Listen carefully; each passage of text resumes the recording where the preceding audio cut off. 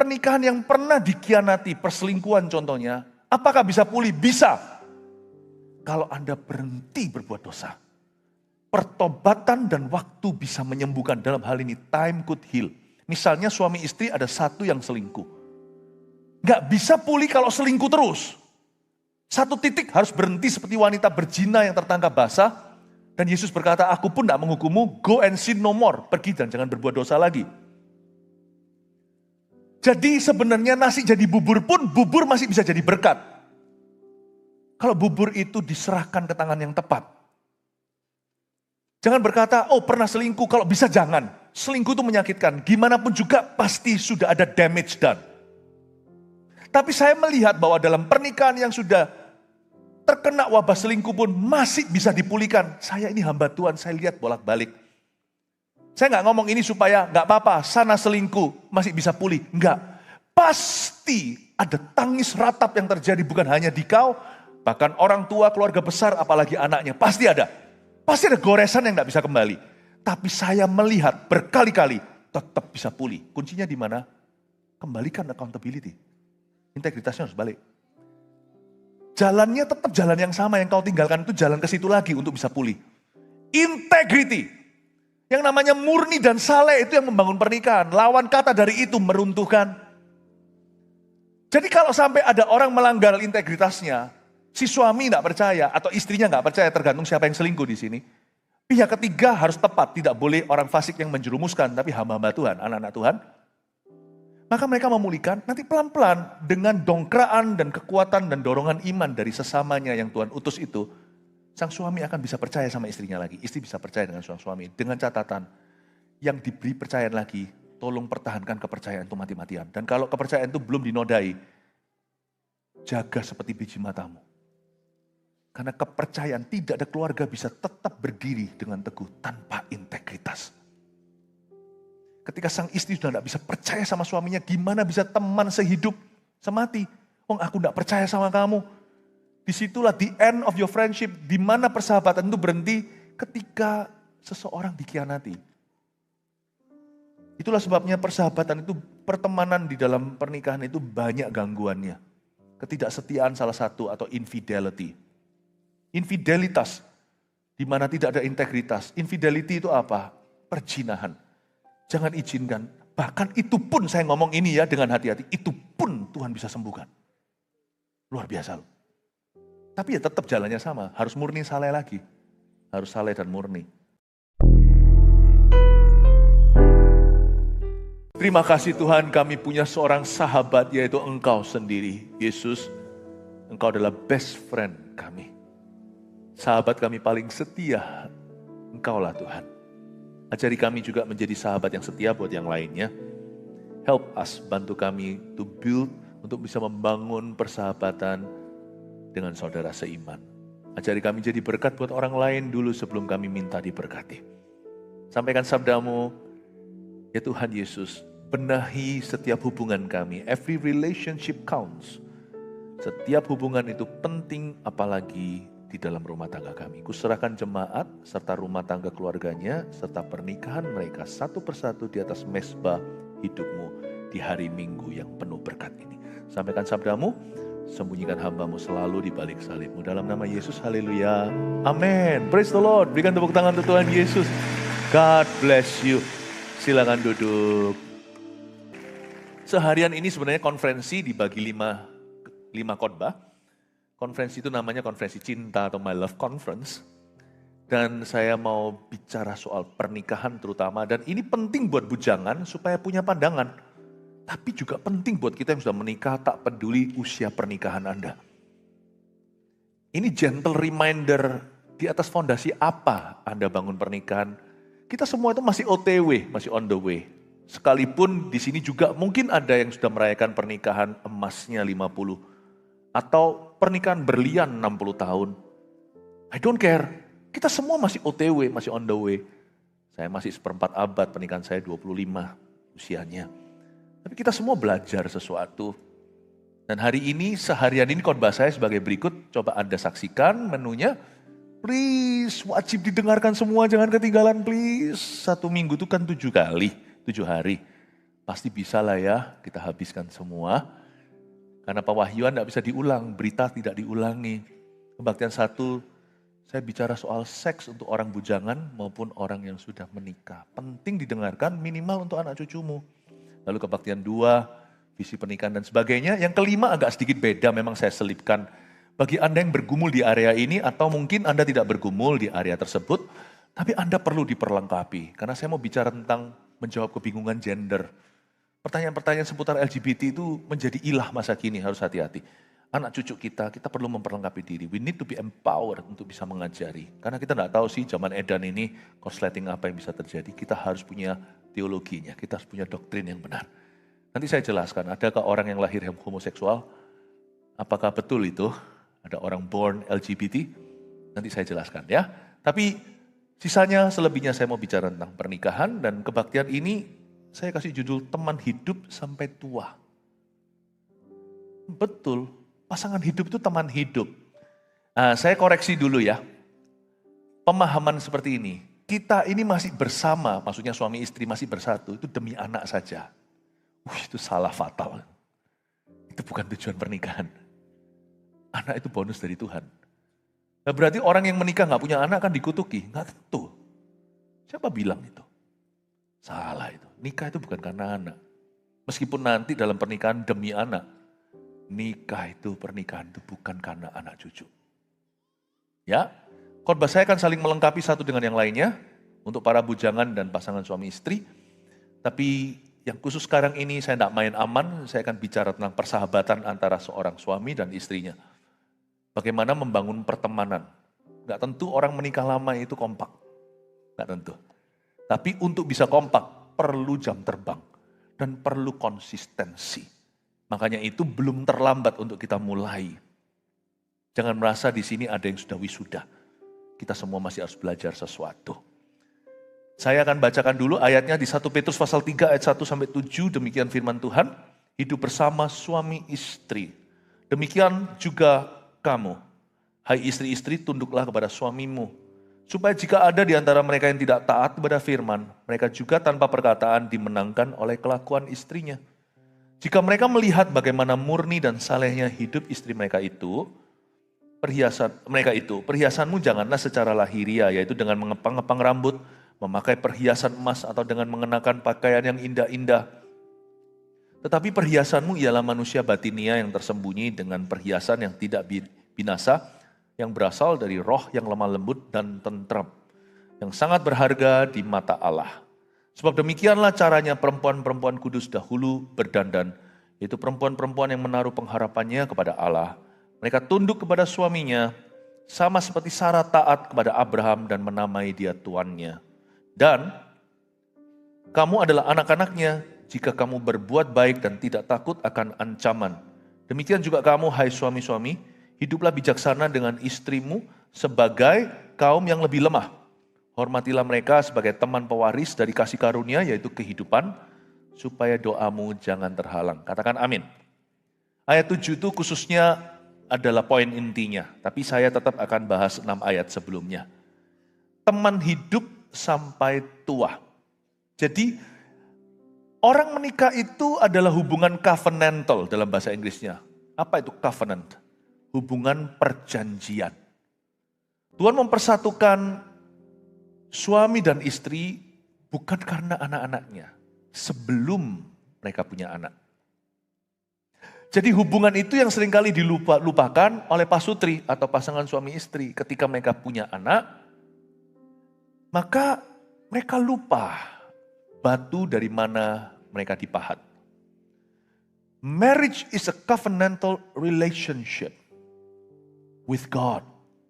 Pernikahan adalah hubungan perjanjian dengan Tuhan yang melibatkan seorang laki-laki dan perempuan dalam sebuah ikatan bersama dengan Tuhan Yesus dalam hubungan segitiga. Dan Tuhan ada di tengah. Jadi kita harus mengerti itu. Dan perekat daripada hubungan itu pertama-tama adalah agape love atau kasih tanpa syarat. Tapi juga philia, yang ini seringkali diabaikan. Sehingga nanti di dalam hubungan suami istri terkesan seolah-olah Mereka itu bersama karena takdir kehidupan atau karena anak-anaknya. Tidak. Jangan sampai kita lengah, suami istri harus membangun persahabatan itu. Ini pesan untuk para bujangan, apalagi yang sedang pacaran.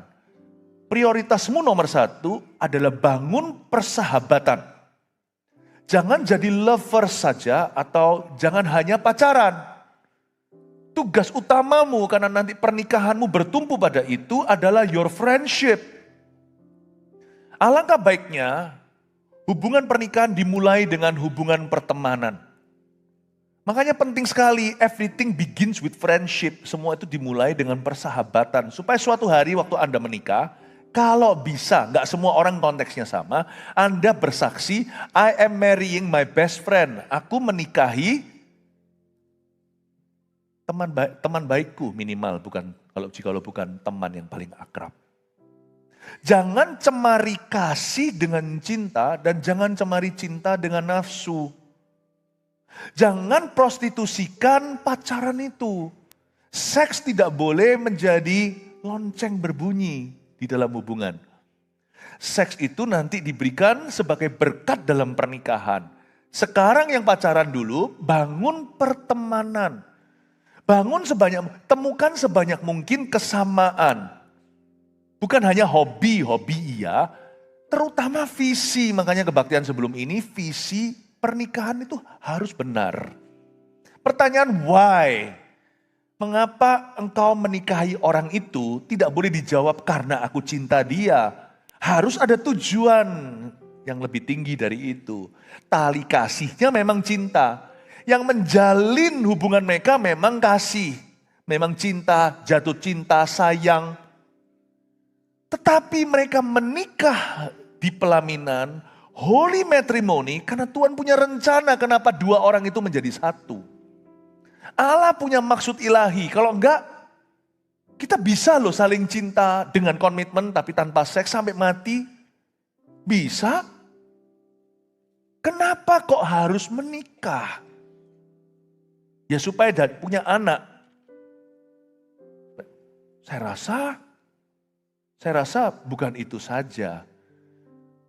Madu pernikahan itu tidak pada anak cucu kita. Tapi pada pernikahan itu sendiri, pada orang yang menikah itu. Dan di sini seringkali kita abaikan. Sehingga suami istri akhirnya hanya seperti saudara seiman. Tapi mereka tidak bangun persahabatan. Jadikan goal di dalam pernikahan Anda, to build your friendship, not only your partnership. Lama-lama suami istri seperti mitra. Aku papa, kamu mama ya. Dalam pernikahan mereka coba besarkan anak bersama. Tapi mereka sendiri berdua sudah tidak ada chemistry. Buktinya orang yang cerai juga bisa besarkan anak bersama kok. Kenapa orang tetap menikah membesarkan anak bersama? Apakah pernikahan itu karena demi membesarkan anaknya?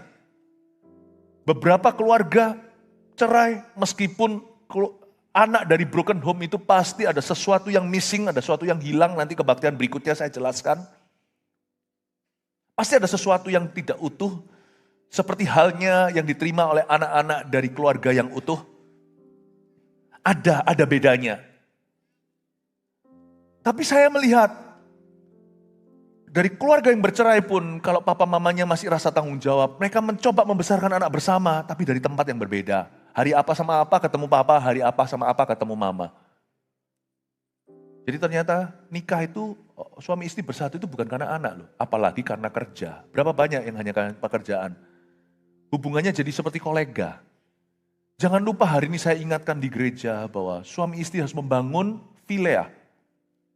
Friendship love. Itu harus dibangun, persahabatan itu. Tapi dulu aku dijodohkan Pastor Philip, aku gak langsung sama suamiku gimana, atau mungkin seperti Ishak di perjanjian lama sama Abraham. Abraham kan suruh hambanya Eliezer untuk cari jodoh buat putra mahkota. Ketemu tuh, Ishak ketemu sama Rebeka. Lalu ketemu langsung jatuh cinta, mungkin begitu. Langsung menikah loh mereka itu. Langsung menikah gak lama-lama, apalagi di kebudayaan Timur Tengah. Itu ketemu minggu depan langsung kawin. Zaman dulu nggak rumit ya, orang malah awet ya, aneh. Yang dijodohkan gitu jadi awet, sekarang yang milih sendiri cerai-cerai melulu. Apa kita harus kembali lagi ya dijodohkan ya? Kadang-kadang juga oke loh tuh. Jadi ternyata dijodohkan atau pilih sendiri nggak masalah, cara bermainnya yang menentukan. Apakah Anda komitmen pakai tapal kuda, nggak lihat kiri kanan, dan fokus pada pasanganmu dan bangun komunikasi dengan dia, jalan. Dijodohkan kayak atau pilih sendiri, jalan. Mau dijodohkan atau pilih sendiri, kalau Anda tidak punya peraturan, tidak ada peraturan mainnya, tapal kuda dibuka, ada opsi-opsi yang lainnya, berikan padaku hari ini istriku secukupnya. Ya nggak jalan lah saudara, nggak akan pernah cukup ya kan, tambah kaya kan, mau banyak gandengannya. Istri tambah cantik, apalagi kalau suaminya tambah tua, kalau Anda tidak membiarkan hati Anda jinak, mau liar ya tidak ada batasnya. Zaman sekarang loh, perempuan juga bisa sama gilanya sama laki-laki. Semua itu tergantung sih cara bermainnya. Jadi ternyata kalau Anda tidak memulai pernikahan Anda sebagai best friend dulu, belum terlambat. Anda masih bisa bangun your friendship in your marriage. Masih bisa bangun pertemananmu, persahabatanmu dalam pernikahanmu. Jangan hanya jadi partner, seolah-olah partner bisnis. Banyakan suami istri itu ngomongnya cuma bisnis melulu. Ya itu oke sih, tapi kalau itu saja, takut-takutnya nanti suatu hari kalau Anda pensiun, Anda cerai. Kalau ngomongnya melulu tentang anaknya melulu, si istri juga gak mau berdandan untuk suaminya, pokoknya demi anak aja, wes pokoknya. Saya gak anti daster. Tapi kalau roll-rollan dan daster terus, ya kan Pak? Terus habis itu selendangnya itu ya gak mau kalah, itu selendang batik yang hijau ungu itu. Merah lagi, merah jambon. Semua itu pakai ya oke lah untuk suatu waktu ya kan. Tapi kalau terus-terusan begitu kan kasihan suamimu. Akhirnya cuma jadi McDonald had a farm. Iya yo. Seperti peternakan dan anak saja. Gak pernah bicara yang lainnya melulu tentang anak. Takutnya nanti kalau anak sudah punya pasangan dan mereka sudah punya rumah tangga. Anda kan kaget. Siapa orang ini? Who are you? Padahal istrinya, suami juga bisa, dia juga bisa lihat suaminya. Siapa pria ini? Asing. Jauh. Dan di situ nanti di akhir hidupmu, Anda lonely. Tujuan menikah itu adalah supaya kamu mempunyai teman pewaris dari kasih karunia ayat 7. Yaitu kehidupan. Suami dan istri itu teman hidup dalam kasih karunia Allah, mewarisi kehidupan mereka berdua yang adalah satu, lepas dari anak-anaknya. God has called them to be the best of friends. Tuhan memanggil mereka untuk menjadi best friends. Bahkan di Taman Eden belum punya Habil, belum punya Kain, Adam dan Hawa adalah teman. Tapi mereka juga adalah kekasih. Pahami ini, poin ini dulu sebelum saya akan bahas 6 ayat atasnya. Jangan sampai kita menikah, yang sudah menikah hanya demi anak. Dan demikian pula orang pacaran seringkali tidak mengenal pacarnya karena terlalu seksual. Jadi hanya fisik dan badan, itu nanti clogging. Kalau belum apa-apa seks di tengah, Anda tidak bisa kenal jiwanya. Belum terjadi persatuan jiwanya, sudah bersatu tubuhnya atau persetubuhan. Jangan. Apapun yang bukan jiwa batinnya orang itu mengganggu sebelum waktu. Dan itu akan membuatmu tidak kenal. Bahaya. Kalau pacaran bisa mencuri sesuatu yang bukan miliknya, sekalipun dia mencurinya dari dirimu. Kalau dia bisa mencurinya dari dirimu, suatu hari dia bisa mencurinya di belakangmu. Perempuan harus pinter lah. Kalau lakinya ajak dia berbuat yang nafsu, dia mau. Bodoh perempuan itu. Ingatlah sekarang dia mencurinya darimu. From you, in your body, dari badanmu.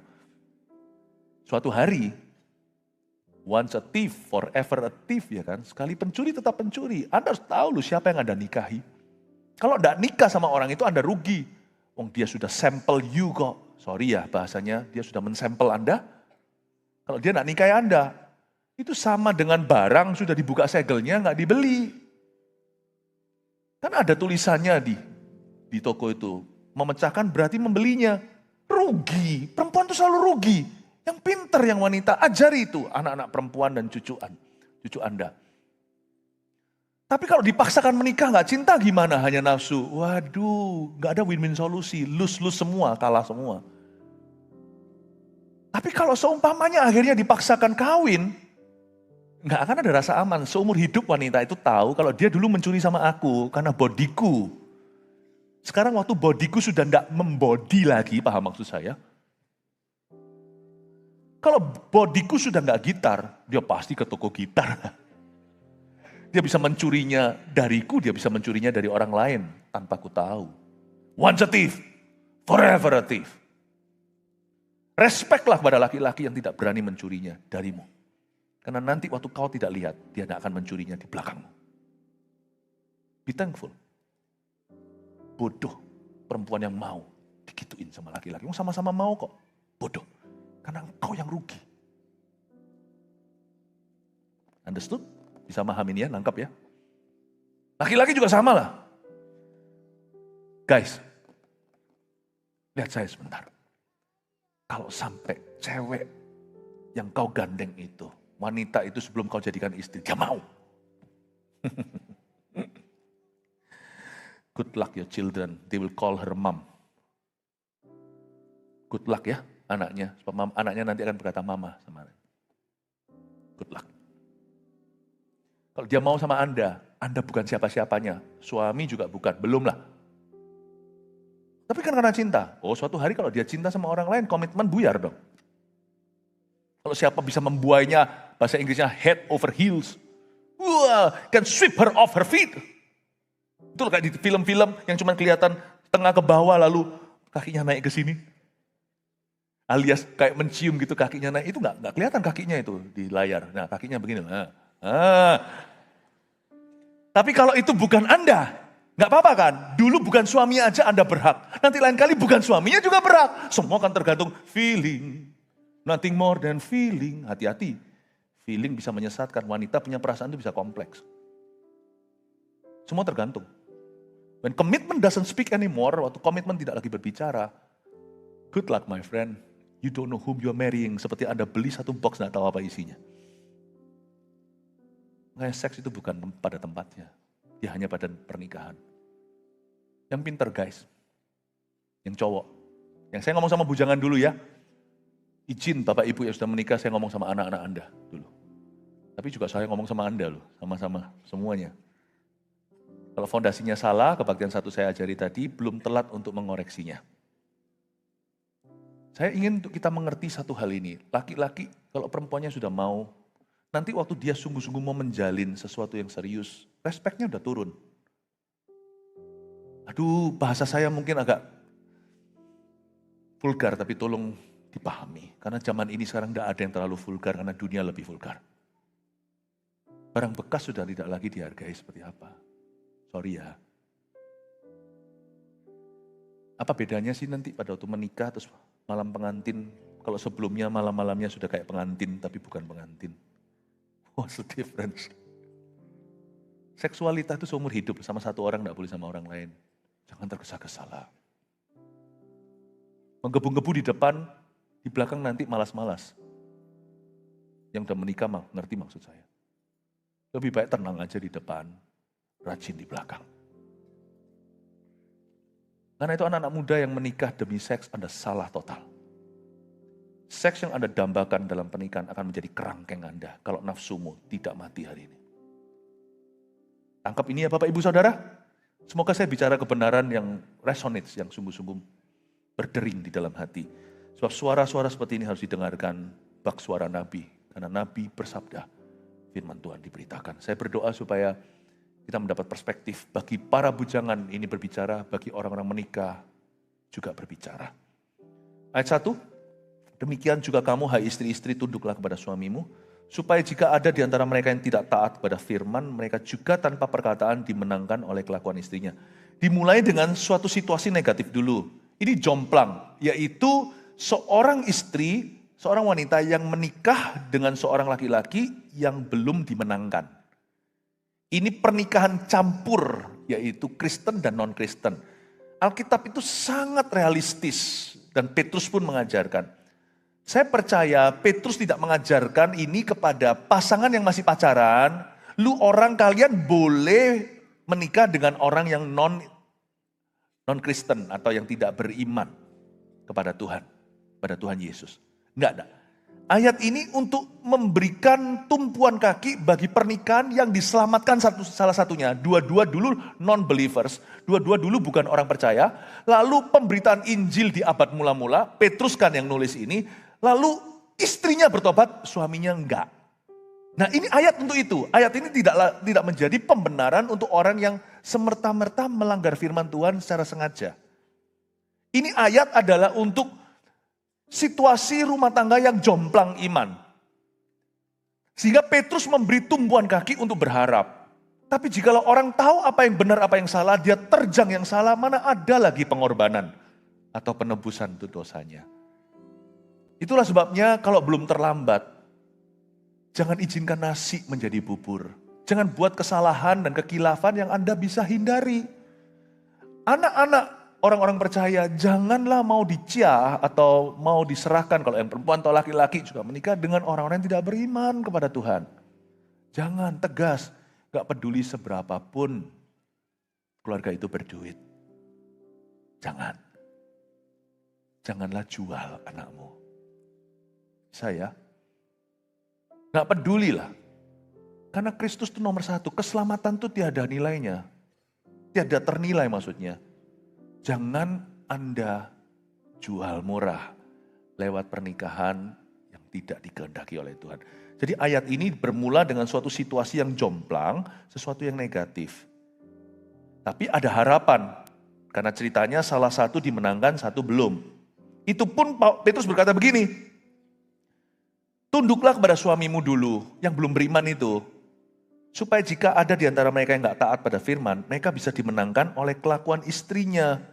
Jika mereka melihat ayat 2, bagaimana murni dan salehnya hidup istri mereka itu. Jadi di ayat ke-1, saya dapat satu kesimpulan. Ini perlu mikir keras untuk saya bisa dapatkan ini. Yaitu permulaan pernikahan yang healthy atau pernikahan yang diberkati itu adalah harus sama-sama seiman. Ya, sama-sama seiman. Jadi kalau kita masih di fase perencanaan, belum terlambat, pastikan Anda menikah dengan orang yang sama-sama seiman dalam Tuhan Yesus. Di situ. Tapi jikalau Anda diselamatkan, lalu suami Anda tidak mau, Anda yang terima Injil dulu, maka ayat ini juga bisa berbicara kepada kita bahwa Anda bisa menangkan suaminya, Tuhan akan tunggu. Dan Tuhan menyertaimu, sehingga Anda bisa memenangkan suami yang belum beriman itu dengan atau lewat kelakuan Anda yang mulia. Jadi gitu ya ayatnya. Tapi dari ayat ini saya temukan bahwa untuk menjadi teman hidup sampai tua, menjadi ahli waris teman seperjanjian, maka kita harus memulai dengan satu basic capital modal dasarnya adalah sama-sama beriman sama Tuhan. Sama-sama beriman ini pun masih perlu dibangun compatibility atau kecocokan. Sama-sama beriman aja nggak tentu langsung bisa merger. Apalagi yang tidak beriman. Tapi kasusnya istimewa di ayat 1 dan 2. Bagi Anda yang diselamatkan di tengah-tengah kehidupan, suami belum, Tuhan tunggu. God will wait for you. Amin. Jadi ada dua. Yang satu preventif ayat ini. Mencegah kita membuat kesalahan secara sengaja atau langkah yang tidak alkitabiah. Yang kedua, sifatnya redemptif atau menebus bagi mereka yang setengah jalan diselamatkan, pasangannya belum, ayo, cayo kata Tuhan, aku beserta, kamu bisa menangkan suamimu nanti lewat kelakuanmu, lewat doamu. Paham ya? Tidak ada ayatnya firmannya. Bagi Anda yang tahu jelas itu bukan anak Tuhan, Anda nikahi, tidak ada ayatnya. Tapi dalam kasus-kasus di hidup ini, di masyarakat, ada pula beberapa yang akhirnya berhasil memenangkan, tapi tidak sedikit yang justru anak Tuhan itu yang terhilang setelah itu. Lebih banyak malahan. Saya tidak temukan ayatnya. Makanya itu, jangan mencobai Tuhan. teman hidup sampai tua itu dimulai dengan seiman. Lalu dikatakan di sini taat kepada firman. Coba baca lagi ayat 1. Demikian juga kamu hai istri-istri, tunduklah kepada suamimu supaya jika ada di antara mereka yang tidak taat kepada firman. Tidak taat kepada firman. Taat pada firman. Taat pada firman. Jadi Alkitab menjelaskan bahwa ada hal-hal tertentu yang membangun pernikahan dan menjadikan suami istri sahabat dekat. 1, taat kepada firman. Saya anjurkan segala sesuatu itu dimulai dari Kristus. Jadi kalau Anda sudah sama-sama seiman, pacaran dan yang sudah menikah, bangun mezbahmu bersama-sama. Saya garis bawahi di ayat 1, saya tidak ambil negatifnya, saya ambil positifnya. Karena negatifnya bunyinya begini, di antara mereka yang tidak taat pada firman, mereka masih bisa dimenangkan. Berarti firman itulah peraturan bermainnya. Saya garis bawahi taat kepada firman. Selama suami dan istri, meskipun mereka seperti Tom and Jerry, pernahkah Anda melihat suami istri seperti Tom and Jerry? Ada. Tetap punya harapan yang besar. Mereka bisa menyatu. Mereka bisa diberkati. Tetap punya harapan besar, hubungan mereka bisa pulih. Kalau mereka mulai dengan ini, taat pada firman. Makanya itu perlu untuk membangun mezbah doa bersama-sama. Mezbah setiap keluarga, setiap family itu beda. Ada keluarga yang doa sama-sama seminggu sekali dan itu kaku, itu harus terjadi. Ada yang setiap malam, ada yang setiap pagi. Setiap keluarga temukan ritmenya sendiri. Keluarga saya yang notabene sangat tebal, yang sangat thick atau sangat kental kerohanian, saya justru berada di posisi disadvantage, kurang menguntungkan kalau saya pakai cara menekan anak-anak saya. Kalian harus saat teduh, kalian harus berdoa, karena papanya punya pelayanan sudah begitu rupa. Gak perlu diapa-apain aja, mereka sudah punya tekanan ministry. Jadi saya sangat rileks mezbah di dalam rumah. Saya gak pernah paksa mereka. Lewat teladan saja. Tapi saya sama istri saya juga sama. Saya sama istri saya punya mezbah taat pada firman dengan istriku. Itu simple sekali. Yaitu saya komunikasi, saya nggak terus terang, nggak seperti beberapa orang yang kaku, tiap hari harus berdoa sama-sama sekian jam dengan istrinya, suaminya, anaknya. Karena hidup saya sudah nggak jauh dari doa melulu. Anak saya setiap noleh lihat papanya doain siapa. Saya nggak mau mereka overdosis, mengerti maksud saya. Jadi saya sama istri saya punya mezbah doa yang sangat rileks. Yaitu pada waktu saya makan. Saya kalau makan sama istri saya itu, saya punya mezbah dari sejak pacaran. Gandeng-gandengan enggak lah ya sampai kita tunangan. Tapi setelah itu, intensif kita gandengan itu waktu kita doa makan. Saya kalau doa makan selalu gandeng istri saya. Tuhan Yesus terima kasih, amin. Kalau tangan saya lagi kotor, sudah terlanjur pegang ayam, kadang-kadang pendeta pun bisa lali, lupa kalau dia sudah berdoa atau belum. Saya pakai sikut saya, kasih ke istri saya pegang, lalu kita doa. Istri saya kadang-kadang singgung saya, Tuhan Yesus ampuni pendeta ini yang sudah makan dulu. Boleh loh ditiru, karena makan itu gak mungkin lewat. Doa kadang-kadang saya pulang keletihan, dipaksakan doa 1 jam, setengah jam sama istri saya lagi. Nah tentu bisa, tidak realistis dalam kehidupan kami. Apakah saya kurang rohani? Enggak sih, kami punya mezbah doa sendiri-sendiri, tapi mezbah bersamanya itu selalu ketemu makan. Saya gak pernah lupa untuk gandengan. Dan waktu saya nyetir mobil, kecuali kalau di highway, kalau di tol, saya selalu gandeng istri saya. Satu tangan, kalau lagi pelan ya, kalau cepat jangan nanti tabrakan. Saya selalu gandengan tangan. Kadang-kadang saya cuma berkata, kita kayak gini ya gandengan sampai tua ya. Iya. Terus kadang-kadang istri saya yang lebih realistis berkata, oke sekarang kamu tangannya taruh di setir. Sudah mulai masuk ke highway, sudah masuk ke dalam tol. Oh iya. Karena aku mau ikut kamu. Selama mungkin di sini gak mau cepet-cepet kita sama-sama ke surga sekarang. Ya baik. You see, persahabatan dimulai dengan kemesraan rohani. Bangun kemesraan rohanimu, cari tradisimu, buat sendiri tradisi. Setiap keluarga, setiap pernikahan itu seperti pabrik parfum yang customize. Anda masuk, lihat rempah sendiri, masukkan sendiri. Anda lebih mau peppery, yang lebih pedas-pedas gitu, atau lebih oak seperti bau-bau bakar begitu, atau yang lebih lembut seperti vanili. Up to you, my friend.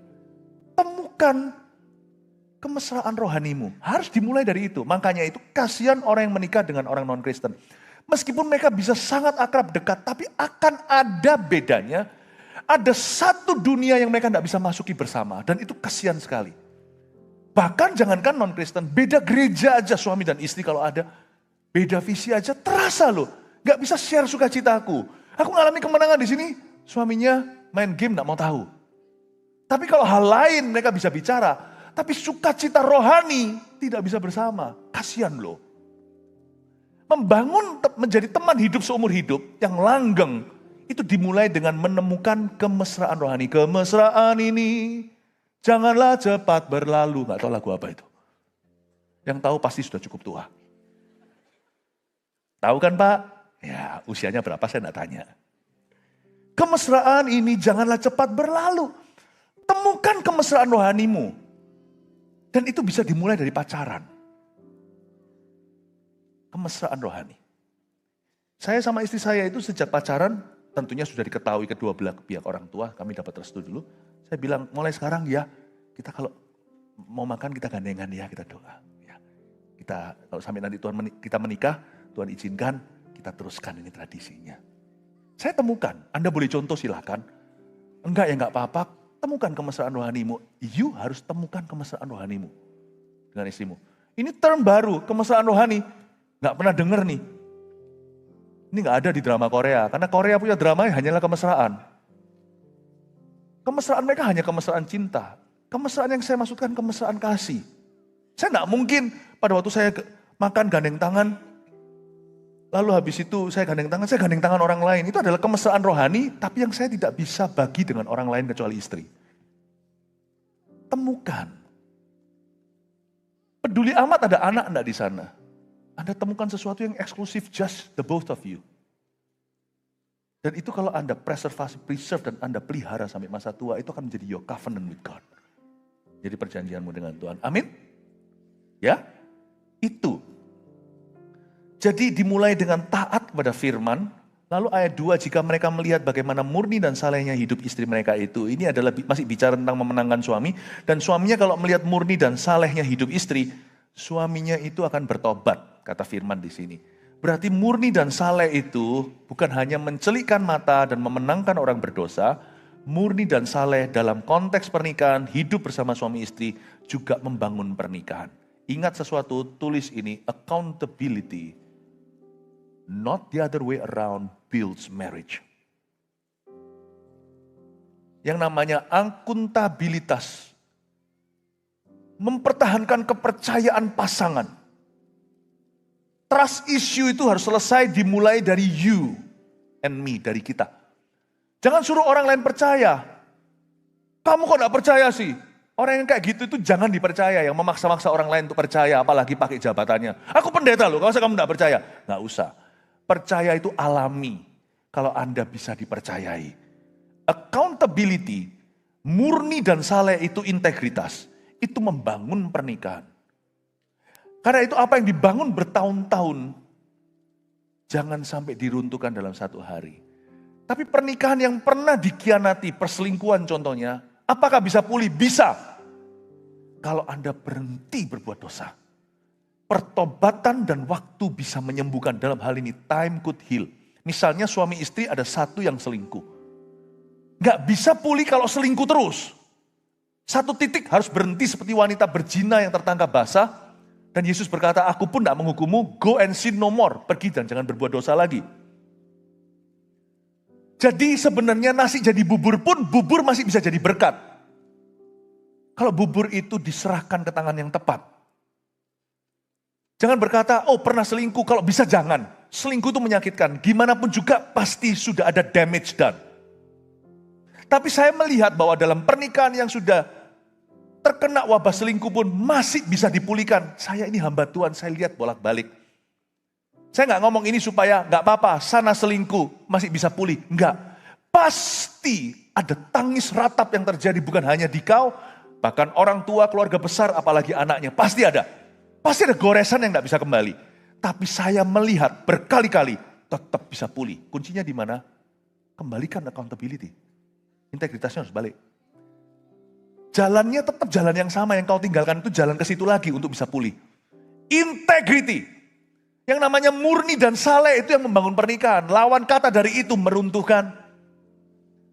Jadi kalau sampai ada orang melanggar integritasnya, si suami tidak percaya atau istrinya tidak percaya, tergantung siapa yang selingkuh di sini. Pihak ketiga harus tepat, tidak boleh orang fasik yang menjerumuskan, tapi hamba-hamba Tuhan, anak-anak Tuhan. Maka mereka memulihkan, nanti pelan-pelan dengan dongkraan dan kekuatan dan dorongan iman dari sesamanya yang Tuhan utus itu, sang suami akan bisa percaya sama istrinya lagi, istri bisa percaya dengan suami, dengan catatan yang diberi percayaan lagi, tolong pertahankan kepercayaan itu mati-matian. Dan kalau kepercayaan itu belum dinodai, jaga seperti biji matamu. Karena kepercayaan tidak ada keluarga bisa tetap berdiri dengan teguh tanpa integritas. Ketika sang istri sudah tidak bisa percaya sama suaminya, gimana bisa teman sehidup, semati? Oh, aku tidak percaya sama kamu. Disitulah the end of your friendship, di mana persahabatan itu berhenti ketika seseorang dikhianati. Itulah sebabnya persahabatan itu, pertemanan di dalam pernikahan itu banyak gangguannya. Ketidaksetiaan salah satu atau infidelity. Infidelitas, di mana tidak ada integritas. Infidelity itu apa? Perzinahan. Jangan izinkan. Bahkan itu pun saya ngomong ini ya dengan hati-hati. Itu pun Tuhan bisa sembuhkan. Luar biasa loh. Tapi ya tetap jalannya sama. Harus murni saleh lagi. Harus saleh dan murni. Jadi kalau sampai terjadi pengkhianatan, jalan satu-satunya adalah pertobatan dan waktu. Dalam hal ini tepat guna. Time heals. Kalau tidak bertobat, time pun tidak bisa heal. Time cannot heal. Tapi kalau bertobat, jangan terus berkata, aku sudah bertobat loh, kamu kalau belum percaya dengan aku. Wanita kalau dikhianati, ya perlu waktu untuk percaya lagi. Sama dengan suami kalau dikhianati juga sama sih. Jangan menuntut. Yang bersalah itu jangan nuntut. Lu percaya gua dong. Aku sudah bertobat kok. Lu tobat kok bisa marah-marah. Ya kan? Misalnya orang mencuri. Lalu harus dia ketahuan. Mau dipenjarakan. Setelah itu dia berkata. Wah aku sudah bertobat kok kamu masih penjarakan. Oh masih bisa marah-marah itu kan gak bertobat. Dalam hal ini jangan paksakan. Kalau kita di pihak yang salah. Tunggu waktu untuk menyembuhkan. Tapi selama waktu probation atau waktu percobaan itu. Bukan percobaan. Waktu penerimaan kembali itu, jangan salahi lagi. Tetap harus ada stopnya kapan berdosa. Kalau lagi dan lagi, semakin susah untuk pulih. Paham maksud saya? Banyak persahabatan, pernikahan, hubungan itu hancur karena kesalahan diulang-ulangi. Jadi kalau Anda mau utuh pernikahannya, jangan dikit-dikit berkata pisah atau cerai. Karena setiap kali kau utarakan itu tuh melemahkan, belum lagi menghancurkan pernikahan. Karena pernikahan itu dibangun di atas dasar trust kepercayaan. Kepercayaan itu mahal harganya, tolong pertahankan seperti biji mata. Membangun persahabatan dalam pernikahan bukan hanya butuh trust, tapi butuh time juga. Spend time to be together. Perlu waktu. Apapun lah bahasa kasihmu lah, pemberian, jamahan. Tetap gimana pun juga. Time itu perlu. Kalau Anda mau membangun persahabatan dengan pasangan, Anda perlu waktu memperhatikan satu dengan yang lainnya yang bukan soal pekerjaan atau anak. Saya dorong suami istri di gereja kita, doa pun tidak menjawab ini. Ada jenis yang tidak bisa diusir kecuali doa puasa. Ada jenis tertentu nggak bisa berubah, termasuk dengan doa dan puasa. Jawabannya terletak pada take her out, bawa dia keluar. Ajak dia jalan-jalan. Punya waktu bersama berdua. Harus ada waktu kencan. Yang sudah menikah dengarkan. Kencan itu bukan tuh orang pacaran. Yang pacaran gak usah jangan dong banyak-banyak kencan. Kerja. Anak muda kok kencan terus. Kerja. Loh, tapi aku sudah pacaran. Ya sudah gak apa-apa. Kalau kamu mau membangun sesuatu yang berharga di masa depanmu rumah tangga. Bangun fondasinya. Kencan terus membuatmu ompong. Sorry, ini terlalu kaku Pastor Fim. Enggak. Saya sama istri saya juga bukannya semua menurut dengan pengalaman kami. Saya itu hubungan jarak jauh. Saya itu dulu di Ungaran terus, tempatnya Pak Samuel Handoko. Pelayanan. Pada waktu saya di Ungaran, ada Pastor Yo di sana dan sebagainya. Pertama-tama saya muridkan. Waktu kencan terbatas. Kerja untuk Tuhan, karena memang itu pekerjaan saya juga. Kerja, jangan terus ngedate. Pergi ke tokonya, kalau memang lanjutkan pelayanan pekerjaan papa, pergi ke pabriknya, belajar semua sistemnya. Belajar, kalau pergi ke tokonya mama atau gimana, jaga toko, kenali customernya, ngerti gimana memberi servis, coba lihat kasih saran apa yang bisa diubah untuk lebih baik. Yang perlu banyak kencan itu yang sudah menikah. Saya tanya istrinya aja, istrinya biasanya jujur. Yang rasa sudah lama nggak diajak kencan sama, kencan itu apa sih? Kencan itu nggak perlu ribet kok. Saya sama istri saya kalau kencan gimana? Kemarin saya kencan, setelah saya Natalan di beberapa tempat jemaat doa, gini itu, aduh sibuk sekali. Pulang mandi dulu, saya ajak istri saya cuman muter-muter aja, muter, mobil muter-muter gitu ya, jalan-jalan. Nggak usah tahu lah, nggak usah lihat saya gitu ngomong apa, nggak perlu tahu. Why do you need to know?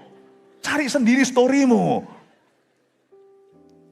Jalan-jalan, ngobrol-ngobrol, wah ngalor ngidul, ngobrol macam-macam, sungguhan.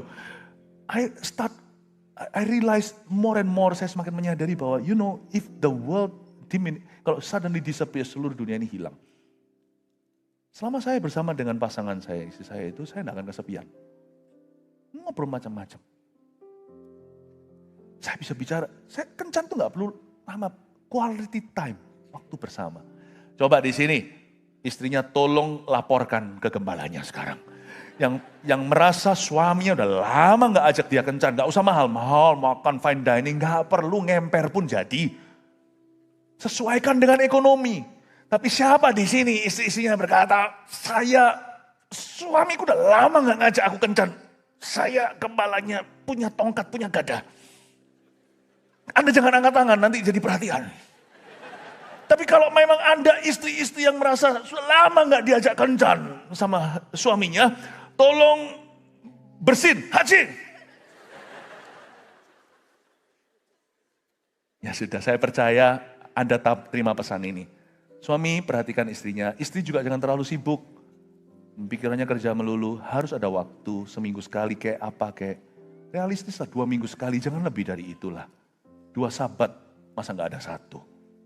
Ya, amin. Siapa di sini merasa tertolong dengan apa yang sampaikan? Katakan amin. Oh, sedikit aja. Kalau gitu jangan diajak kencan. Biarin dia kerja melulu. Ya, enggak. Siapa di sini yang diberkati? Katakan amin. Kasih tepuk tangan untuk Tuhan Yesus. Kita lihat sebentar ya di ayat 6. Lompat aja. Sama seperti Sarah taat kepada Abraham dan menamai dia tuannya. Dan kamu adalah anak-anaknya jika kamu berbuat baik dan tidak takut akan ancaman.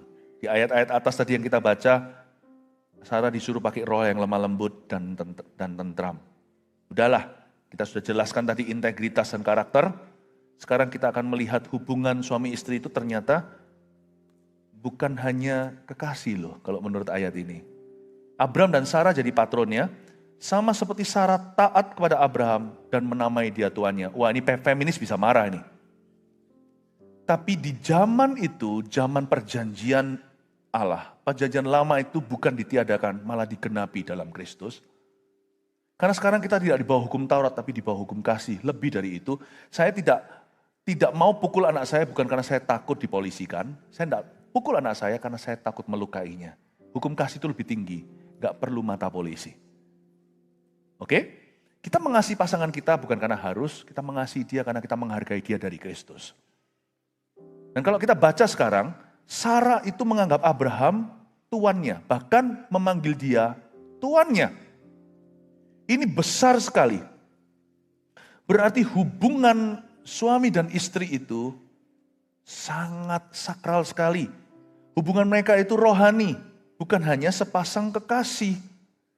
Tapi seimbang, Tuhan tidak tekan wanitanya, kamu jadikan suamimu tuannya. Makanya itu, seorang istri yang suka mempermalukan suaminya di depan umum, apalagi suka ceritakan keburukannya, dan selalu aja speak down ya.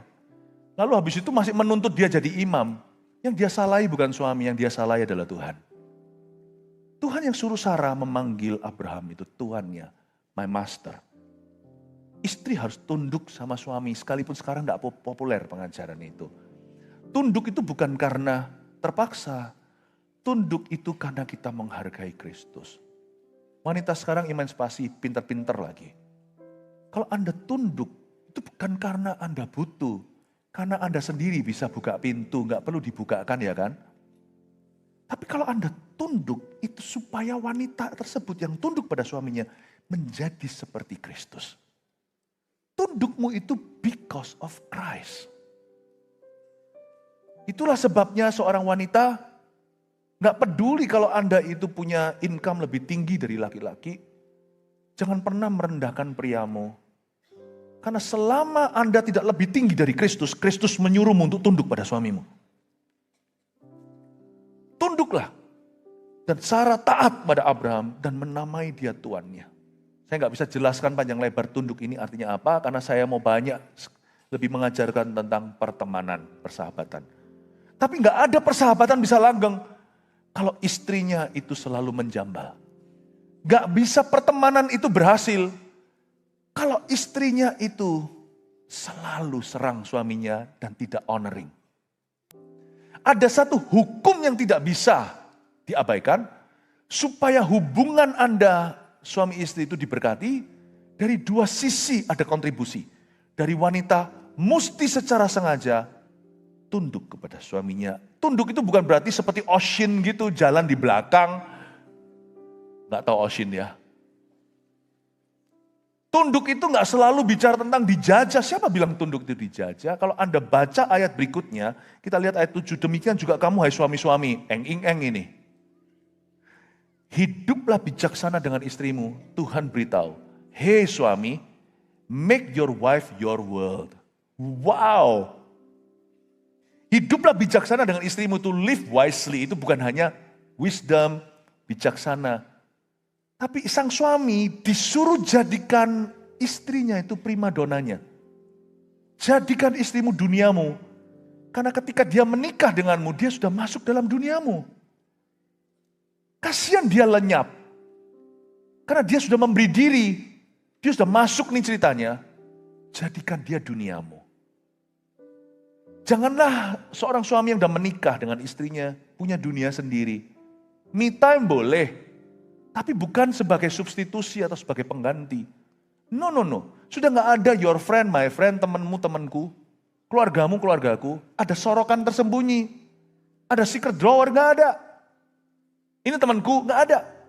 Sebagai suami, saya sebagai suami, kalau saya dalam pertemanan saya dengan siapapun, karena dia best friend saya, kalau dia keberatan sama siapa saja, apalagi kalau istri kita bukan yang tipenya jealousan, saya tidak perlu mikir dua kali. Saya rela merusak hubungan saya dengan siapapun, demi orang yang Tuhan percayakan dalam hidup saya. Gak perlu. Kalau istri Anda ada cemburu, apalagi kalau Anda memberi alasan untuk cemburu, udahlah, gak usah bela diri, bela orang itu. Udah hindari, gak ada salahnya. Tapi kalau istrinya memang posesif, cemburuan, nah itu butuh konseling. Apalagi istri yang normal. Suami juga sama, gak ada your friend, my friend. Gak ada, sudah gak ada. Pertemanan itu berarti persatuan. Kata hidup bijaksana ini sebagai penyeimbang. Kalau tadi Sarah disuruh menyebut Abraham tuannya, suami disuruh jadikan istrinya, suami disuruh untuk menjadikan istrinya dunianya. A man should adore his wife. Bukan berarti halalkan semua cara. Adam juga harus tahu batasnya. Batasnya di Tuhan. Menyenangkan istri tidak dengan harga ini. Dengan mendukakan Roh Kudus. Tidak. Saya ngomongin semua konteksnya di dalam Tuhan ya. Di dalam Tuhan. Bukan against Tuhan. Bukan Tuhan atau istri. Kalau Tuhan sama istri, Anda tahu pilih siapa? Pilih Tuhan. Ayub diberitahu sama istrinya, dipaksa lagi. Bisikan bantal itu berkuasa. Direksi apa. Kalau istrinya yang bisikan dari ranjang, itu jauh lebih pengaruh. Coba lihat Esther itu. Mau lebih hebat gimana pun pejabat. Esther ngomong sama Raja Ahasiweros. Nggak bisa apa-apa, Raja tetap. Karena itu istri harus jaga dan bangun kerohanianmu. Ibadah tadi nggak perlu saya ulangi. Istri itu punya pengaruh. Nggak tepat sih orang berkata laki adalah kepala, istri adalah lehernya. Saya nggak suka dengan alegori itu, dengan ilustrasi itu. Nggak tepat sih. Kepala yang bisa ditekuk-tekuk leher kanan kiri, kepala itu tidak berpendirian. Ayub itu adalah kepala. Sekalipun dia kasih istrinya, istrinya berkata, kutuki Allahmu. Dia berkata, hush woman, zip, be quiet. Be quiet. God gives, God takes away, blessed be the name of the Lord. Tuhan memberi, Tuhan mengambil, terpujilah nama Tuhan. Itu dia. Siapa bilang laki adalah kepala, istri adalah gulu? Enggak ya. Makanya itu istri harus bangun kerohanian karena Anda pengaruh. Meskipun Anda bukan gulu atau bukan lehernya. Dengar baik-baik. Nah, ayat ini nanti yang kebaktian sebelumnya saya tidak perlu bahas, Anda dengar sendirilah. Tapi intinya di sini saya jelaskan bahwa seorang dalam pernikahan yang bahagia harusnya mama itu di-adore di dalam setiap keluarga. Ibu itu disanjung. Dan anak-anak gimana menghormati ibunya tergantung bagaimana papa mencintai mamanya. Seorang laki-laki harus senang kalau ditanya, papa sama mama siapa lebih cinta? Ditanya anaknya gitu. Anak kalau jawab papa, Anda punya PR. Anda kalau jawab mama, yang suaminya bisa berkata, puji Tuhan. Papa harus nomor 2. Karena keluargamu sudah duniamu, marganya dia juga sudah margamu. Dia sudah kehilangan yang besar. Masa Anda kalah di perlombaan kecil, gak mau ngalah. Suami itu harus selalu kalah. Bukan dalam keputusan yang benar, tapi mengalah. Keluarga yang bahagia itu kelihatan seperti ini. Papanya adore. Anak-anak dan papanya sama-sama sangat adore, sangat menyanjung maminya. Itu bagus. Gak apa-apa guys kalau yang cowok kita selalu kalah. Kalau misalnya gempa bumi, kamu tolong papa dulu, tolong mama dulu. Kalau anaknya berkata tolong papa dulu, Anda punya PR, ajari anak untuk cinta mama. Tapi kalau anak berkata nggak apa-apa, papa yang jatuh ke jurang. Nah, Anda ketawa aja, nggak usah masuk hati. Laki-laki kok berperasaan begitu? Tertawa aja, hahaha, awas lu ya. Udah gitu aja, tapi jangan ada hard feeling, you see. Itu keluarga healthy. Woman, karena dia memberi diri. Engkau sudah jadi dunianya. Dia disanjung. Anak itu akan lihat. Makanya itu jangan pernah jatuhkan mama di depan anaknya. Anak harus bisa melihat papanya itu sangat cinta sama mamanya. Harus bisa. Kalau nggak gitu, saya yang paling kasihan di dunia ini adalah satu makhluk. Wanita yang tidak dikasih oleh suaminya. Satu makhluk ini paling kasihan. Mendingan cepat masuk surga. Karena bapak cinta. Gak dicintai suami itu terasa lama hidup di bumi. Betul ya? Saya ini ngomong kayak ngawang di udara, gak ada amin kayak, gak ada. Hah? Gimana sih? Mau ditolong atau enggak? Amin. Hiduplah bijaksana dengan istrimu, that's it. Do you see it? Do you see that verse? Udah lihat gak ayat itu? Hiduplah bijaksana dengan istrimu, that's it. Hiduplah ngalah. Dan ayat ini bagus. Sebagai kaum yang lebih lemah. Jangan marah dulu yang perempuan. Ada perempuan yang gak punya rasa aman, dikit-dikit merasa kok kalah aku sama laki-laki. Gak apa-apa. Kita semua saling ngalah kok. Perempuan ngalah bagiannya, laki ngalah bagiannya. Saya kan sudah jelaskan. Sebagai kaum yang lebih lemah. Kata sebagai kaum yang lebih lemah itu bukan berarti less intelligent. Gak sepinter, gak sekuat, gak tentu loh. Gak tentu. Perempuan itu kuat. Saya baru sadari perempuan itu kuat gimana. Saya pegang, panas gitu aja mengeluh. Istri saya langsung pegang. Paling gak sensitif laki-laki kalau istri sama-sama wanita lalu cerita, iya tuh waktu sakit bersalin, buka berapa, wah sakit segalanya. Wah aku juga pernah mules loh. Kalau lakinya tiba-tiba ngomong aku juga pernah mules. Semua laki-laki perempuan matanya langsung melotot, lu ngomong apa? Masa ngerti sakit bersalin, mules kau bandingkan. Pada waktu anak-anak lahir, istri saya hamil, lalu waktu lahir, saya ini selalu mencuri perhatian. Saya mules waktu istri saya mau melahirkan. Saya yang bolak-balik kayak mau pingsan. Jangan-jangan nanti saya ganggu proses persalinan. Laki itu selalu kurang sensitif, perempuan itu kuat loh. Mereka tahan sakit. Kenapa yang melahirkan kita? Anak saya waktu kecil dulu saya beritahu gini, dia percaya. Tapi waktu besar tahu sendiri. Kamu, Koko sama Cici lahir dari mami, kamu dari daddy. ya dari mana? Untung bukan saya yang melahirkan, saya bisa mati dalam persalinan karena laki-laki tidak kuat tahan sakit. Siapa bilang perempuan lebih lemah? Kata lebih lemah sini itu bicara tentang status ilahi. Do you know that kalau Sarah menyebut Abram tuannya, tahu nggak Tuhan Abram pernah menyebut Sarah apa? Anakku. Baca itu di Perjanjian Lama. Saya tekankan di gereja kita, orang yang pacaran laki-laki adalah imamnya. Dan kalau sudah menikah, hello, hai suami, istrimu adalah anak rohanimu.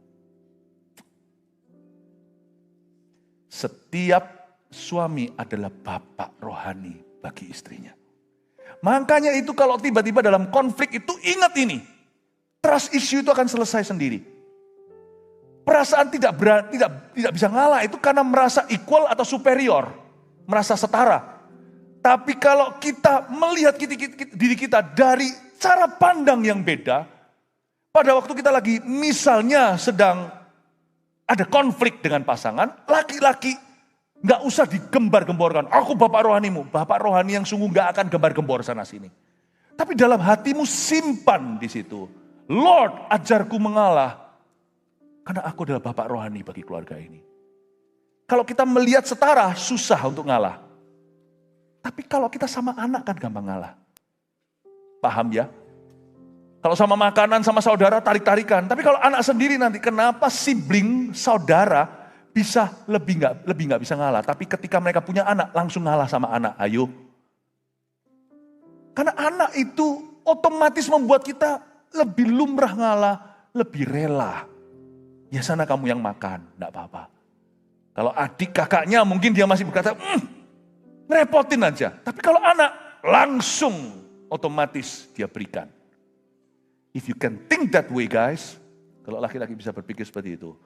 Bukan kita nih tuan. Tuan itu dari sisi wanita melihat kita tuannya. Tapi dari sisi laki-laki, anakku, dia anak rohaniku. Bukan berarti dia lebih rohani. Tapi ini bicara tentang posisi sacrificially, posisi berkorban. Kalau kita bisa melihat itu, hubungan kita lebih tidak rawan konflik. Dan konflik pun kita bisa cari solusinya tanpa perasaan hard feeling. Sadarkah Anda bahwa Anda adalah bapak rohaninya? Tapi saya tidak pandai khotbah. Istri saya kalau khotbah, wah gak berhenti. Siapa bilang bapak rohani itu selalu khotbah? Itu karunia, itu pelayanan. Bapak rohani itu sifat. Coba perhatikan, pulang dari sini yang suka bentrokan di rumah. Mana ada papa tarik-tarikan mainan sama anaknya? Punya aku, rebutan es krim sama anaknya. Kenapa kita kok rebutan siapa benar? Apa susahnya kita dengar? Oke. Ya sudah, aku coba ngerti, aku belum ngerti sekarang. Aku coba ngerti. Bisakah kita lebih cool? Karena kita adalah bapak. Amin. Ya, itu membuat beda loh cara kita berpikir. Hormatilah mereka sebagai teman pewaris dari kasih karunia, yaitu kehidupan. Supaya doamu jangan terhalang. Luar biasa loh. Doa kita pun bergantung pada hubungan kita dengan pasangan. 3 poin ini saya berikan. Dan semoga ini jadi berkat untuk supaya Anda suami istri bisa menjadi teman hidup langgeng sampai tua. Kita termasuk saya. Dan juga semoga yang pacaran bisa punya visi dari Tuhan. Oh iya ya ternyata Tuhan kasih aku teman, yaitu pewaris, teman hidup pewaris kasih karunia. Aku tidak boleh cacati dia. Aku tidak boleh celah dia dan buka celah. Yang pertama tulis ini, bangunlah pernikahan demi pasangan dan Tuhan, bukan demi anak. Sorry ya anak-anak, 2/3 anak saya ada di sini. I have loved your mom before I knew you. Your mom has loved me before she loved you. And we will still continue to love each other after you're gone. Saya rasa itu perlu untuk kita terapkan. Bangunlah pernikahan demi pasangan dan Tuhan, bukan demi anak. Tulis itu. 2. Hubungan suami istri itu rohani ternyata. Di samping mereka juga adalah kekasih. Tadi saya kasih contohnya dari Abram dan Sarah. Selain kita adalah saudara seiman, rekan pelayanan, kita juga tuan, jangan berkata, ayo panggil aku tuan, pulang dari sini jangan gituin istri ya. Dia dari dirinya, bukan dari dirimu. Tidak perlu panggilan gitu buat risih. Tapi intinya itu kehidupan, itu adalah hubungan rohani. Dan anak rohani, kita nih bapak rohani, itu dia. 3, komunikasi yang lebih baik harus disengaja. Intentional communication. Harus. Komunikasi yang lebih baik harus disengaja agar jadi teman hidup sampai tua. Carilah hal-hal yang bisa dibicarakan. Orang yang pacaran bicarakan apapun tapi jangan bicarakan seks ya. Nanti masuk dalam pencobaan itu enggak urusanmu. Itu urusan papa mamanya. Bukan urusan Anda. Ya. Kalau Anda percaya yang Tuhan kasih dalam hidupmu, dalam pacaran ini, itu dari Tuhan dan you have to trust Jesus. Enggak usah mengorek-ngorek lebih lanjut. Telinga panas tidak perlu diisi. Jadi, bicarakan hal-hal lain, temukan sesuatu. Makanya itu suami istri harus kaya dalam hubungannya. Bukan hanya hal-hal itu, tapi isi dengan hal-hal yang lain. Terutama hal-hal yang dari atas datangnya, hal-hal yang mulia. Miliki, temukan misimu bersama. Jangan melulu tentang dirimu, temukan makna. Mulai pacaran tuh, yang menikah juga belum terlambat. Harus intentional communication. Pernahkah Anda punya teman yang dekat tapi sudah lama tidak berhubungan? Lalu waktu ketemu juga canggung lagi, rasa awkward, ya kan? Ternyata hubungan itu alive, hidup. Jadi hubungan kalau dipupuk, dia semakin dekat. Hubungan kalau diabaikan, dia makin lama makin renggang. Suami istri juga sama. Yang namanya komunikasi, itu harus dibangun dengan sengaja. Dan dibangun dengan baik, supaya jadi teman hidup sampai lama. Komunikasi itu bisa range-nya ya. Jaraknya itu bisa ada yang receh sampai kualitas. Wanita biasanya kalau yang intelektualnya tinggi, mereka juga nggak bisa digombalin.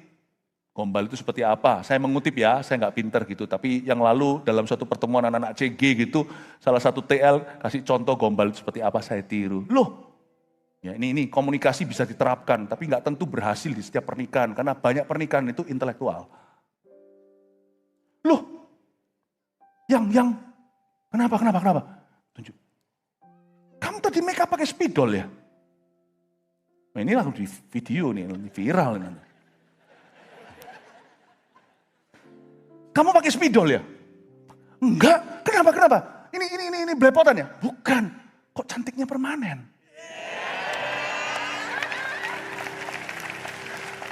Yang gini tuh berhasil sama Anda. Kalau saya ceritakan sama istri saya berkata, ada aja. Pertemanan itu bisa dibangun dengan hal lucu. Receh itu gak selalu berhasil. Tapi receh kalau bisa mencairkan suasana, monggo silakan. Tapi lebih tepatnya, gaya komunikasi yang saya mau sarankan, di poin ketiga tadi ini komunikasi yang lebih baik, belajar terapkan empati. Empati tidak sama dengan simpati. Istri marah, kita ikut marah. Kita bukan bawa air, malah bawa minyak. Jangan. Tapi kita harus empati. Dengarkan dulu. Saya lihat banyak pernikahan itu suka membantah pasangannya. Itu trust issue. Kalau kita sudah negative thinking, kita sudah punya labeling. Kalau kita sudah judgmental. Susah loh orang itu kalau sudah kita kasih status. Identitas khusus. Udah gak bisa. Apapun aja selalu salah dan selalu miring. Istriku biasa gitu emosian. Anda tidak akan bisa beranjak dari itu. Eman, sayang. Tidak bisa bangun komunikasi. Setiap kali ada isu, itu kesempatan bagus untuk Anda menjalin persahabatan dan semakin erat sampai masa tua. Karena itu saya sarankan, kalau semuanya istrinya bicara dulu, saya kasih contoh, empati dulu dengarkan. Meskipun seringkali berseberangan, lawan tuh di dalam dirimu yang seringkali selalu diskriminasi sama istri, atau sebaliknya sama suami, dengarkan dulu. Istri juga bisa loh, suamiku ini selalu duniawi, logika, terus kadang-kadang logikanya betul Anda mesti dengar dulu. Jangan semua lawan atas nama pelayanan atau yang suami, istriku tuh selalu emosian. Dengar dulu empati Tuhan kasih kita. 2 telinga, 1 bibir itu tujuannya itu. Hendaklah kamu lamban untuk marah. Lamban untuk berbicara, lebih lambat lagi untuk marah, tapi lebih cepat untuk mendengar. Selalu Anda mulai dengan empati. Waktu Anda masuk dalam quality talk atau pembicaraan kualitas, Anda mulai dengan empati dan affirm. Dari 10 yang dia katakan mungkin Anda tidak setuju. Kalau dulu diskriminasi 10-10 Anda langsung batalkan. Coba bekerja keras. Anda harus bergerak ke arah istri, bukan bergerak menjauhi lewat conversation atau pembicaraan itu. Dari 10 itu masa nggak ada satu yang objektif sih kalau Anda pikirkan sungguh-sungguh. Misalnya kalau Anda selalu merasa istri Anda subjektif. Dengarkan masih nggak ada satu. Kalau Anda bisa temukan satu hari ini, minggu depan mungkin Anda ketemu 2, ketemu 3. Always work your best untuk steer yourself in her direction. Dan bukan berarti kita jadi seperti istri, tanpa kata istri bukan. Tapi kalau dua-dua bertumbuh dalam iman, mesbah ada, Tuhan pegang kendali dalam hubungan itu. Percayalah, besi menajamkan besi, suami dan istri akan saling menajamkan. Empati, dan dari satu yang Anda temukan 2 atau 3, kasih afirmasi. Kamu betul itu. Ini betul. Jangan terus dibantah. Saya sering melihat pasangan itu suka bantah-bantahan. Dan itu bagus karena Anda masih sibuk. Nanti itu bisa jadi PR kemudian hari, itu susah kemudian. Janganlah. Kalau bantah-bantahan itu di ayat 1, jomplang iman, ya saya ngerti. Tapi kalau sudah dua-dua dalam Tuhan, bekerjasamalah untuk mendatangkan persatuan. Carilah common ground. Ini bukan kopi ya maksudnya ya. Amin Bapak Ibu. Empati dan afirmasi. Lalu habis itu, ini gak pernah gagal komunikasi ini. Selalu mulai dengan how are you. Tapi pernahkah Anda ketemu orang yang berkata, apa kabar? Anda baru mau cerita kabar Anda, dia langsung cerita dari sisinya. Jadi kamu tadi tanya itu basa-basi, yes. Tapi kalau Anda tanya sungguh-sungguh, sekalipun Anda gak punya common ground, gak punya posisi sama, tapi kalau Anda tanyanya tulus hati, hey, apa kabar? Kalau dia cerita, nanti akan terbuka area-area persatuan yang akan mendekatkan. Kalau Anda tunjukkan interest atau tunjukkan ketertarikan terhadap apa yang dia alami, bukan dengan penghakiman tapi dengan kepedulian, di situ akan muncul conversation, pembicaraan-pembicaraan yang membangunmu. Dan dari situ Tuhan akan munculkan much grace, karena disitulah keluar kalimat ini, pewaris kasih karunia. Kasih karunia itu ada dalam komunikasi yang jalan. Komunikasi yang dibangun, komunikasi yang positif, komunikasi yang disengaja, komunikasi yang ada Tuhan di dalamnya. Amin Bapak Ibu Saudara. Itulah sebabnya banyak pekerjaan tidak bisa diberkati. Karena suami istri tidak kompak. Itulah sebabnya banyak anak-anak yang tidak tahu jalan kemana karena papa mama tidak punya pendirian. In your communication, in the days to come, di hari-hari yang kemudian akan ada kasih karunia dan suami istri, pewaris. Satu pewaris kanan, satu pewaris kiri. Gandeng tangan, mereka adalah teman hidup. Dan banyak yang mereka bicarakan. I pray in Jesus name, supaya komunikasi suami istri di tempat ini makin hari, makin lama, makin kuat. Dan dimulai dari yang pacaran, komunikasinya kudus dan benar, sampai Anda di pelaminan. God bless you, love you, and may your families be blessed.